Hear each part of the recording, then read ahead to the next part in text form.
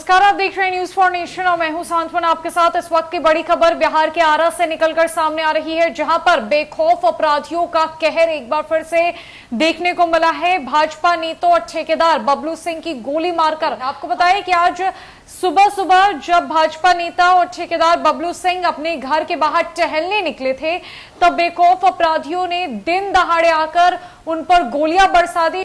ऐसा माना जा रहा है कि दो गुटों के बीच चल रही वर्चस्व की लड़ाई की वजह से इस पूरे घटनाक्रम को अंजाम दिया गया है। क्या कुछ अपडेट निकलकर आरा से सामने आई है, आखिरकार क्या कुछ हुआ उस वक्त जिस वक्त ये घटना हुई, किस तरीके से इस घटना को अंजाम दिया गया, क्या कुछ जानकारी निकलकर सामने आई है, आपको बताते हैं। दरअसल बताया जा रहा है कि बबलू सिंह जब आज यानी शुक्रवार सुबह टहलने के लिए अपने घर से बाहर निकले थे, तभी अचानक हथियारबंद अपराधियों ने उन पर फायरिंग कर दी, जिसमें गोली लगने से वो गंभीर रूप से घायल हो गए हैं। आनन फानन में उन्हें जिला सदर अस्पताल में भर्ती कराया गया है, जहां गंभीर हालत में उनका इलाज कराया जा रहा है। ये जो घटना है वो नवादा थाना क्षेत्र के फ्रेंड्स कॉलोनी मोहल्ले की है, जहां पहले से ही घात लगाए अपराधियों ने इस घटना को अंजाम दिया। फिलहाल पुलिस मौके पर पहुंच चुकी है और मामले की छानबीन में जुट गई है। आपको बताते चले कि इससे पहले बिहार में अपराधियों का मनोबल इस कदर बढ़ गया है, इसका अंदाजा इसी बात से लगाया जा सकता है कि पटना बिहटा थाना क्षेत्र में बुधवार को सोन नदी में अवैध बालू निकासी को लेकर दो गुटों में जमकर गोलीबारी हुई थी। बताया गया था कि इस खूनी जंग में कई लोग घायल हुए थे। बताया ये भी गया था कि दो गुटों के बीच वर्चस्व की लड़ाई में बुधवार की रात से ही गोलीबारी शुरू हो गई थी। हालांकि गुरुवार की दोपहर में पुलिस ने गोलीबारी बंद करने की बात भी कही थी। मिली जानकारी के अनुसार बालू माफियाओं के बीच वर्चस्व के संघर्ष में सैकड़ों राउंड फायरिंग हुई, जिसमें 4 लोगों को गोली लगी थी। बिहार में आए दिन कई तरह की आपराधिक घटनाओं को अंजाम दिया जा रहा है, जिसकी शुरुआत अगर सबसे पहले बोले तो 13 सितंबर को बेगूसराय से हुई। उसके बाद भागलपुर में एक सिल्क कारोबारी की मौत हो जाती है, उन्हें गोली मार दी जाती है। तीसरी खबर वापस से बेगूसराय से निकलकर सामने आती है, जहां पर मटिहानी थाना क्षेत्र में ये घटना होती है। थाने के बाहर कुछ सनकी अपराधियों के द्वारा ताबड़तोड़ फायरिंग कर दी जाती है और वो बड़े आराम से वहां से निकलते बनते हैं।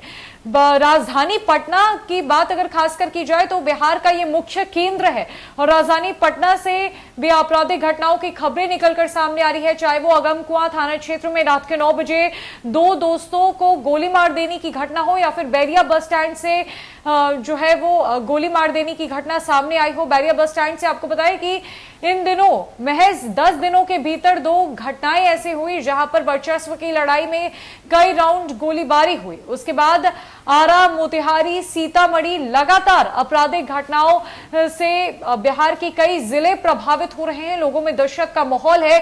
सवाल एक बार फिर से बिहार प्रशासन पर उठ रहा है, बिहार की विधि व्यवस्था पर उठ रहा है कि आखिरकार इतने सारे आपराधिक घटनाओं के बाद भी इन पर लगाम क्यों नहीं लगाई जा रही है।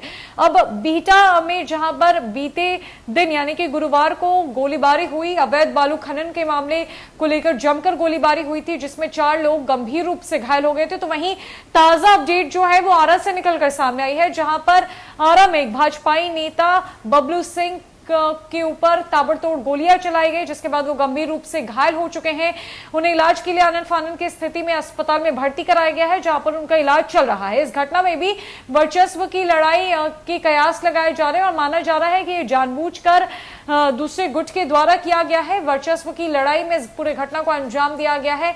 हालांकि वो अभी इलाजरत है, आगे की प्रक्रिया इस पूरे मामले में जारी है। पुलिस गंभीर रूप से जांच पड़ताल कर रही है, लेकिन सवाल ये उठता है कि जांच पड़ताल के बाद भी आरोपितों के ऊपर कोई सख्त कार्रवाई क्यों नहीं हो रही, और अगर हो भी रही है तो इन सारी चीजों पर लगाम क्यों नहीं लग रहा। फिलहाल के लिए इस बड़ी अपडेट में इतना ही है। कई अपडेट्स के लिए हमारे साथ बनी रही न्यूज फॉर नेशन में। नमस्कार।